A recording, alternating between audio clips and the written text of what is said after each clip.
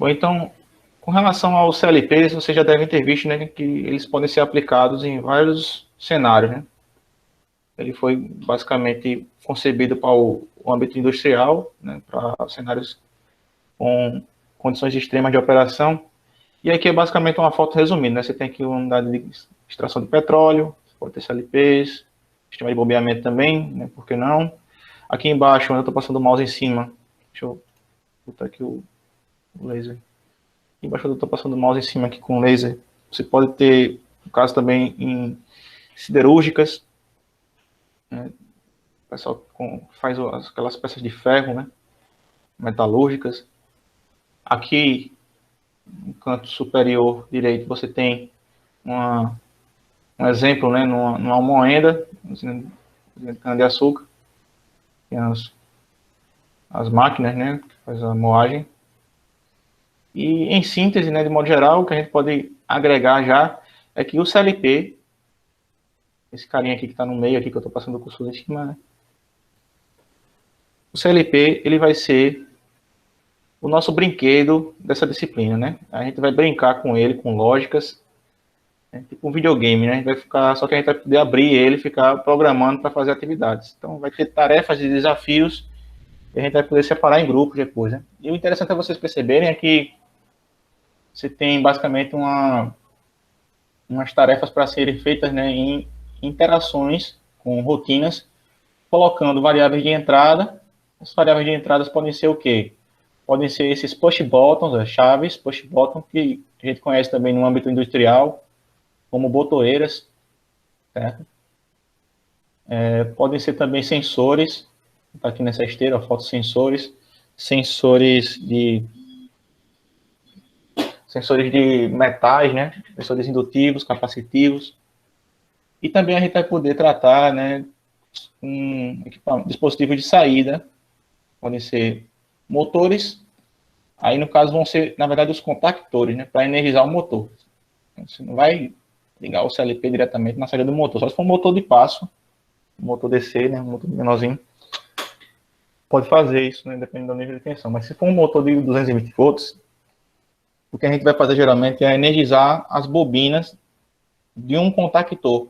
O contactor é uma chave industrial que é usada para energizar uma máquina, né? Selar os contatos realmente para energizar as bobinas da máquina. Agora a gente pode classificar os CLPs com relação ao número de entradas e saídas. Então perceba aqui nessa figura uma variação, né? I/O count aqui, né? Então número de pontos de entrada e saída. Quando você soma a quantidade de número de pontos de entrada e saída do seu CLP, você vai poder classificar ele nessas 5 categorias, né? Dentre uma dessas 5 categorias, né? CLPs micro. Esses CLPs micro, por definição, eles são classificados com número de entrada e saída até 32. Quando você soma todas as entradas e saídas desse CLP, se for menor do que 32, menor ou igual a 32, você pode classificar ele como sendo um micro CLP. Ele pode ser pequeno, né, small, aí vai de 32, os pontos de entrada e saída, quando você soma, se tiver entre 32 e 128, a gente vai poder chamar ele de small, pequeno, médio, grande e extra grande, né? Então são essas classificações, né? Certo? Vocês têm alguma pergunta sobre isso? E é interessante perceber que quando você vai aumentando o número de entrada e saída, lógico, né? Obviamente, a complexidade e o custo vai aumentando também no seu sistema, certo? Mas, se eu perguntasse a vocês, né? No nosso âmbito educacional, em laboratório, né? Para fim didático, qual o tipo de CLP, qual a faixa de aplicação que vocês acham que estaria dentro aqui, né? Dessa figura, dessas classes, né? Dessas 5 faixas, os CLPs que a gente vai ver, né? Opa, mal terminei a pergunta e o pessoal já estava respondendo aí. O pessoal é danado, né? Exatamente. Os micros, né?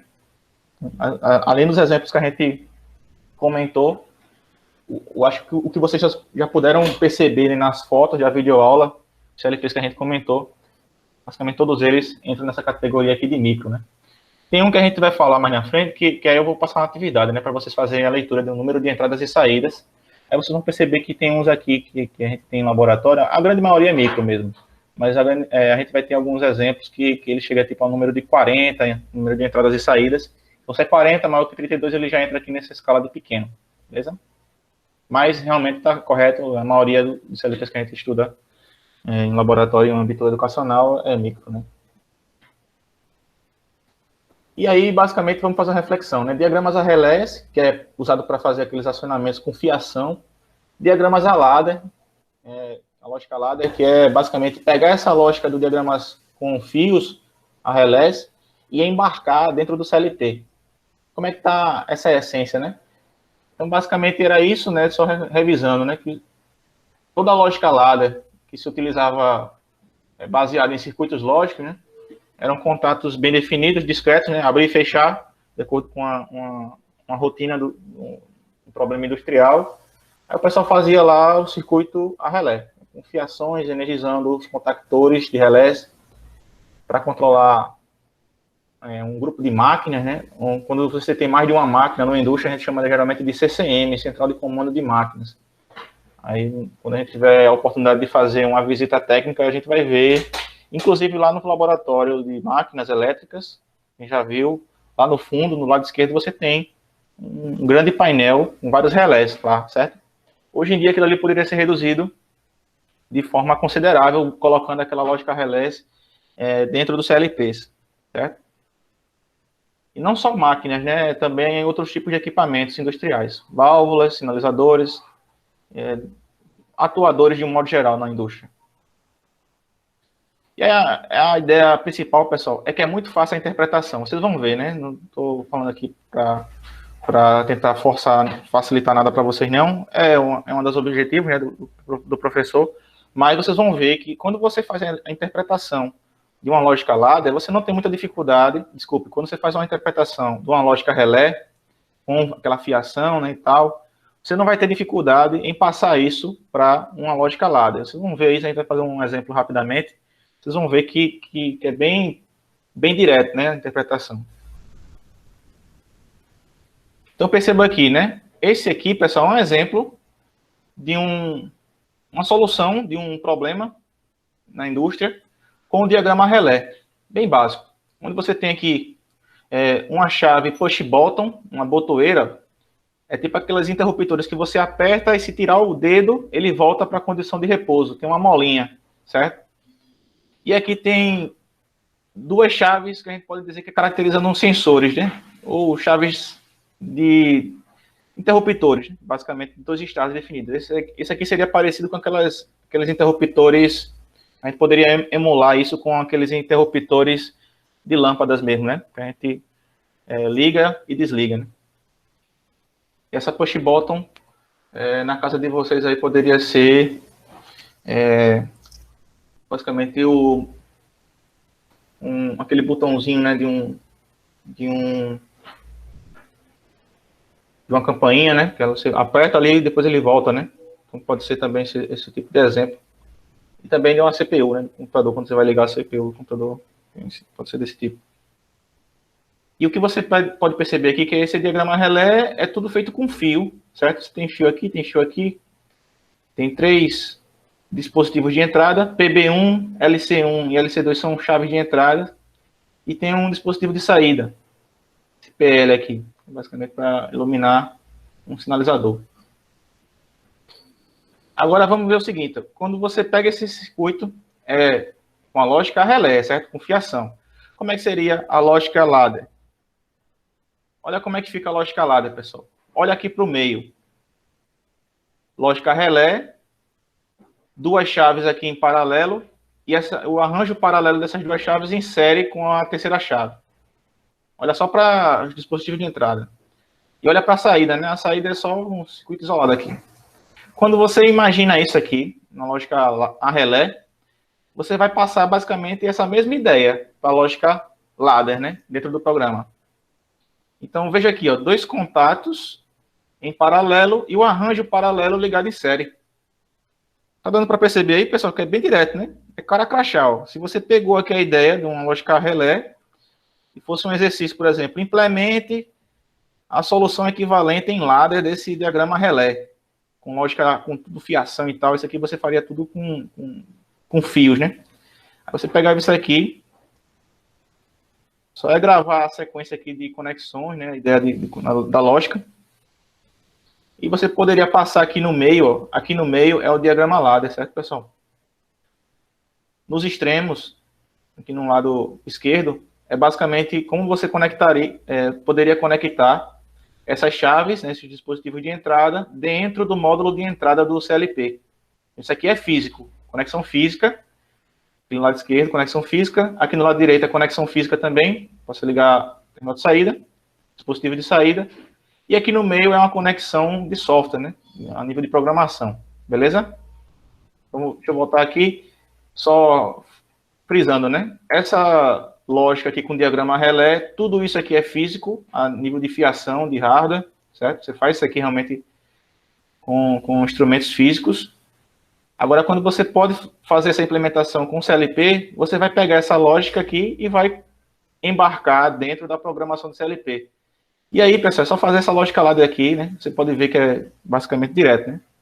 A mesma essência você vai passar dentro do programa. Alguém tem alguma pergunta, pessoal, com relação a isso? Tranquilo? Beleza? Então, quem tiver com um computador aí, né, quiser fazer já adiantar, uma das implementações que a gente poderia fazer na prática de hoje seria isso aqui. Então, antes de ir para a parte prática, vamos finalizar aqui. Vamos olhar para entender o princípio de funcionamento de um CLP, né, como é que seria essa ideia de usar um CLP no âmbito industrial. Nada melhor do que a gente pegar um exemplo. Então, vamos pegar um exemplo de um processo de um misturador. Considere a seguinte figura, que você está observando aqui. Você tem um motor acoplado a uma pá, né, de misturador, que vai basicamente para fazer mistura de líquido. Imagina aqui algum processo que você entra com leite e chocolate, né, para fazer chocolatado. Estou misturando aqui. E você tem dois sensores, ó, um sensor de pressão e um sensor de temperatura. E o líquido vai entrando aqui, né, por esse terminal, beleza? Em azul. É interessante perceber, né, que tua variável de saída basicamente vai ser o motor. Esse motor aqui, ele vai ser o dispositivo que você vai fazer com que o CLP vai acionar, né? Quem vai acionar esse motor? As bobinas de energização do motor. Então, o motor desse misturador, desse processo de mistura de algum líquido, ele é utilizado para agitar o líquido em um tanque quando a temperatura e a pressão atingem um valor desejado, um preset. Então, vamos supor, se a temperatura, o sensor de temperatura identificou que chegou em 25 graus, e a pressão ela está num valor pré-definido, né? Um valor qualquer aí, com um dispositivo medidor de pressão, você garante que essas duas condições estão ok, então pode ser que acione, você pode botar essa lógica combinacional para acionar o motor. Em linhas gerais, né? Lembrando de circuitos lógicos de sistemas digitais, seria basicamente quando o sensor de pressão estiver on, ativado, e o sensor de temperatura estiver on, ou seja, veja que a lógica é uma lógica AND, né? A condição é o sensor de pressão e o sensor de temperatura está ativado, aí o motor ele pode estar acionado. Ele pode ser acionado. E tem outra característica também interessante, que existe uma botoeira, um botão de comando aqui embaixo, manual, que serve para acionar esse motor se essas duas condições não estiverem sendo operadas. E você quiser lá como operador, né, um técnico quiser lá e forçar uma mistura, você pode ir lá apertar esse botão e fazer com que o motor fique girando também, certo? Manualmente. Então, é uma outra rotina, uma outra condição que você acionaria o motor, beleza? Então, duas condições. O motor vai girar quando o sensor de pressão e o sensor de temperatura estiver ativado, nível 1, ou também ele pode ser acionado quando o botão de comando for acionado, certo? Então, esse processo bem simples, né, do âmbito industrial, ele é monitorado pelos sensores de temperatura e de pressão, são variáveis de entrada, e essas variáveis elas são responsáveis, né, para fechar contatos na entrada do CLP quando os valores desejados são atingidos, o valor de preset. E aí, só para contextualizar, né, qual é o problema nesse princípio aí de aplicação? Como é que eu resolvo a lógica, né, para fazer esse controle desse processo? Como é que eu faço a implementação disso? Eu poderia fazer com a lógica a relé, tudo a relé. Só preciso estar atento às condições do projeto. Quais são as premissas do projeto? O cara está pedindo que o motor seja energizado quando pressão e temperatura estiverem ok, forem ativados, que os sensores de pressão e temperatura estiverem ok. Ou, aqui o ou, a condição de ou, quando o botão de comando for pressionado, que é esse outro dispositivo aqui, né? Então, quantos dispositivos de entrada a gente tem, pessoal, aqui? Vou perguntar a vocês, quantos dispositivos de entrada vocês considerariam na solução? Tipo uma questão de circuito lógico, né? Circuito combinacional. Alguém se habilita aí a dizer quantos dispositivos de entrada a gente teria? Poderia ser até questão do quiz, né? 1, 2, 3 dispositivos de entrada. 3 dispositivos, exatamente. Então, você teria os sensores, os 2 sensores e a botoeira manual. Seriam os dispositivos de entrada, né? E o dispositivo de saída é o motor, a energização do motor. Então, tá aqui a lógica, implementação, né? Eu teria essa linha aqui, ó, em que essa linha, ela vai ser verdadeira se a chave correspondente ao sensor de pressão estiver ativada e, então, se a lógica é uma lógica AND, a conexão é em série, certo? Aí, se você observar direitinho as premissas do projeto, né, uma lógica de condição para essa primeira linha é que seja uma função AND, né, uma função lógica E. Então, as duas variáveis de entrada estando ativadas, acionaria a variável de saída. E a outra condição que poderia também fazer com que essa variável de saída seja ativada é apenas a botoeira manual ser acionada. Se eu acionar, ela também aciona. Então, ela vem aqui com uma condição ou, isso aqui está aqui no slide anterior, ou, certo? Não estou passando o mouse em cima. E essa condição ou fecha uma lógica OR, né? Uma função lógica ou, beleza? E ela vem conectada em paralelo com a linha de comando.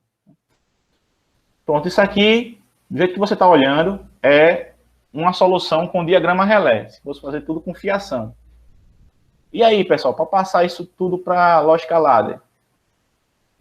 É basicamente essa mesma ideia de interpretação, certo? Ou seja, 2 chaves, 2 contatos, né, de entrada em série, e um terceiro contato ligado em paralelo com essa associação equivalente.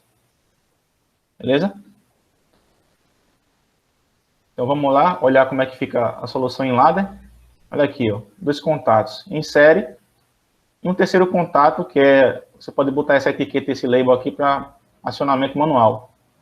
E aí você tem a saída, a bobina, né, que vai energizar o motor. É difícil, pessoal, é mamão com açúcar, né? Você pode dizer, rapaz, é só isso, que merda, professor, esse negócio é muito fácil.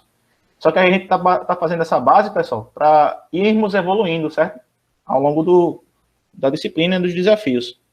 Eu acho que, espero que tenha ficado claro para vocês aí, né? Se tem alguma pergunta, alguém teve alguma dúvida? É meio que uma continuação, né, de circuitos lógicos combinacionais. Eu acho que vocês viram aquelas questões de circuitos combinacionais, que tem uma lógica combinacional para ser atendida, montava ali uma tabelinha da verdade, né, fazia a solução com portas lógicas, botava no CI, só que aqui a gente não vai usar CI, né, a gente vai usar diagrama ladder, beleza? E se você consegue montar já sua solução com diagrama relé, aí é cara crachá aqui, né, a passagem para o diagrama ladder, né? Posso fazer umas atividades complementares para exercitar isso em vocês, né, para saber se vocês estão realmente absorvendo isso tudo bem. É interessante perceber aqui, pessoal, que, veja aqui, ó, I/1, esse aqui seria basicamente os endereços, as instruções, né, contato normalmente aberto, I caracteriza input, entrada, e esse número 1, 2 e 3 é basicamente o ponto, né, ou seja, a alocação na memória exatamente que você está pegando esse endereço de entrada. Cada fabricante tem sua forma de fazer, a gente vai ver que isso aqui é diferente do Tuido Suite. Tuido Suite usa input como sendo I, mas os Javegas usa X, variável X para entrada. Aí os da Schneider, né, Tuido Suite usa para saída Q, e o de AVEG, se não me engano, é Y, né, para a saída. Então, mas aí a gente vai ver. Nesse exemplo aqui está O, né? Provavelmente é do outro fabricante. Mas a ideia é vocês pegarem só a base, né? Um fundamento que depois, quando forem praticando, vocês vão associando isso muito bem. É interessante perceber que você pode fazer uma etiqueta também para as variáveis, ou seja, botar um nome, né, para essa variável. Chave de pressão, sempre quando você for recorrer à chave de pressão, ele vai recorrer a esse endereço, a instrução I1. Chave de temperatura, sempre quando você for recorrer a isso no programa, no software, ele vai entender, já que é o referente ao contato relacionado à instrução I2. Né? Isso aí ajuda para vocês não confundirem algumas partes da lógica. Né? E aí, como é que seria a implementação de software e de hardware? Né? Como é que seria a implementação física e de programa? O programa fica aqui no meio, é a lógica ladder. E aí você repete também as conexões dos dispositivos de entrada, né? Você vai conectar isso aqui por fiação nos módulos de entrada, naqueles bornes que a gente comentou anteriormente, onde você geralmente usa uma chave de fenda para desparafusar, botar um fio aqui e tal. Aí vem a energia, né? Vem um contato físico e dentro ele faz a execução do programa. E aí aqui na saída também é com a lógica física, né? Uma lógica relé, só que aí você vai fazer só as conexões físicas aqui, né? Então, onde é que tem parte física? É na saída e na entrada, no lado esquerdo e no lado direito, e a parte programável é no meio. Aqui abaixo, só para vocês reforçarem, né, o ciclo de varredura. Então, monitorando as entradas, ele fica lendo as entradas, os status, executa o programa. Aqui também pode vir uma etapa de diagnóstico, certo? Se tiver algum erro, ele vai alertar aqui, ou vai lhe dar um stop, né? Aí depois ele modifica, ou seja, atualiza as saídas. E ele faz isso aqui, ó, ciclicamente, certo? É interessante perceber também qual a base de tempo que cada fabricante faz isso aqui, a base de tempo. 10 milissegundos, o máximo, né, que ele pode executar essa rotina para você não travar o CLP, beleza? Então, só reforçando, né, para quem talvez não tenha entendido aí, esse programa que está aqui no meio, essa linguagem ladder, ela toda vai para dentro do CLP. E como é que seria na instalação? Aqui você talvez fique mais familiarizado, né? Que você pegaria aquela caixinha do CLP, aí tem os bornes que eu falei, são esses pontos aqui, né? Você vai usar uma chave de fenda para desparafusar e tal. Aqui, L1 e L2 caracteriza a alimentação, pode ser fase e neutro, ou pode ser também mais e menos, se for a alimentação DC. E aqui, pessoal, em 1, e 2 e 3, você liga os terminais de entrada, né, os dispositivos de entrada, os terminais de entrada aqui. E aqui, e na saída, em Q1, perceba que é onde você vai ligar as bobinas de energização de um motor. Então, isso aqui é basicamente a bobina que vai energizar e dar a partida no motor, na máquina. Beleza? Os CLPs que a gente tem no laboratório,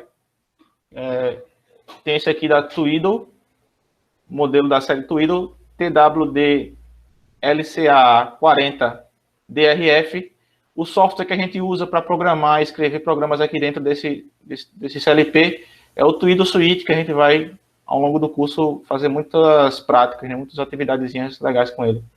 Aqui você tem uma cara dele, né, basicamente. Perceba que aqui em cima ó, vem uns cabos brancos, aí não está dando para ver, mas aqui embaixo tá, porque essa aleta, essa palheta aqui, aqui embaixo ela está levantada, então você pode perceber os bornes, né, com a chave de fenda que eu disse, né, que você vai vir aqui, desparafusa e faz a conexão física, e tem as numerações, certo? Aqui, esse CLP, pessoal, ele é um CLP que está presente aqui nessa planta, eu comentei no momento anterior, e só para destacar, né, essa planta é uma planta muito legal, que a gente tem no laboratório, é uma planta SIM-D, da De Lorenzo. Então, ela praticamente emula um processo de manufatura de uma peça. Então, você bota a pecinha aqui, ó, tem essa esteira, aí aqui tem um sensor indutivo, né, sensor capacitivo, cada um em um lado. Aí aqui na frente tem um sensor óptico.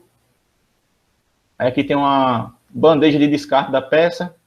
Então, se a peça for de plástico, por exemplo, ela vai passar aqui, e se na sua indústria você não quiser pegar a peça de plástico, ele descarta aqui, né? Então, a partir da lógica, ele faz com que esse braço aqui em amarelo, ele não seja ativado.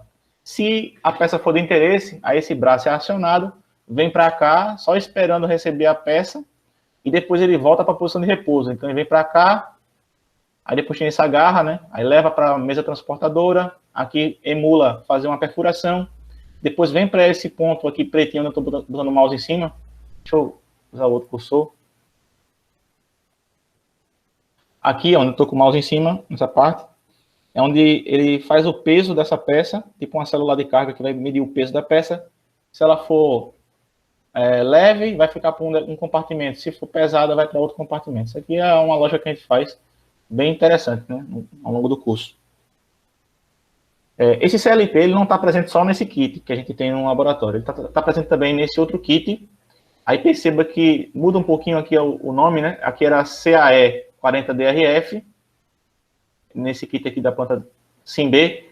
A diferença desse para esse, pessoal, na numeração do modelo, você pode ver que é só uma letra, né? Um é AA, CAA e o outro é CAE. Esse aqui é porque ele tem comunicação com a rede, certo? Ethernet. Então, já fica um indicativo aí para você memorizar, associar. Esse é com a conexão Ethernet de rede, beleza? Pode botar um cabo de rede e conectar essa planta, esse CLP, né, com essa planta, em rede. Esse aqui não tem esse recurso, ele não vem com recurso cabo de rede. Então, você não tem como comunicar ele com outros dispositivos em rede. Mas, em contrapartida, como você pode ver aqui nessa foto, ele tem várias coisas interessantes. Ó. Tem um IHM da Delta, da empresa Delta. Você pode fazer aqui um programinha aqui para ter um desenho, né? Liga, desliga, uns recursos aqui em desenho.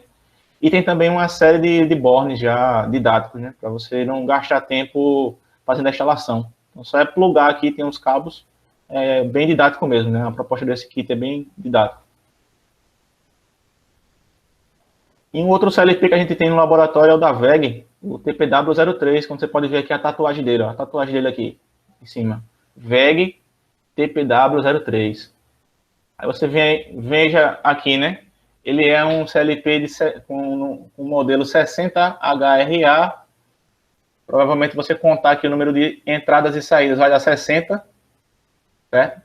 Então já fica um indicativo para você, né? Como eu comentei, a maioria dos CLPs eles são micros, que a gente vai trabalhar em afinidade, né? Mas no laboratório a gente tem alguns CLPs que eles entram um pouco na escala de CLPs small, né? Pequenos. E aí o kit didático que a gente poderia observar no laboratório é um kit desse aqui, pessoal. É o da empresa Astral Científica. Exatamente, esse aqui. Depois que quiserem procurar na internet aí, Astral Científica, vou ver se eu pego o catálogo e disponibilizo para vocês também. Beleza, pessoal? Então vamos lá praticar. Vamos tentar fazer uma praticazinha bacana. Vamos embora.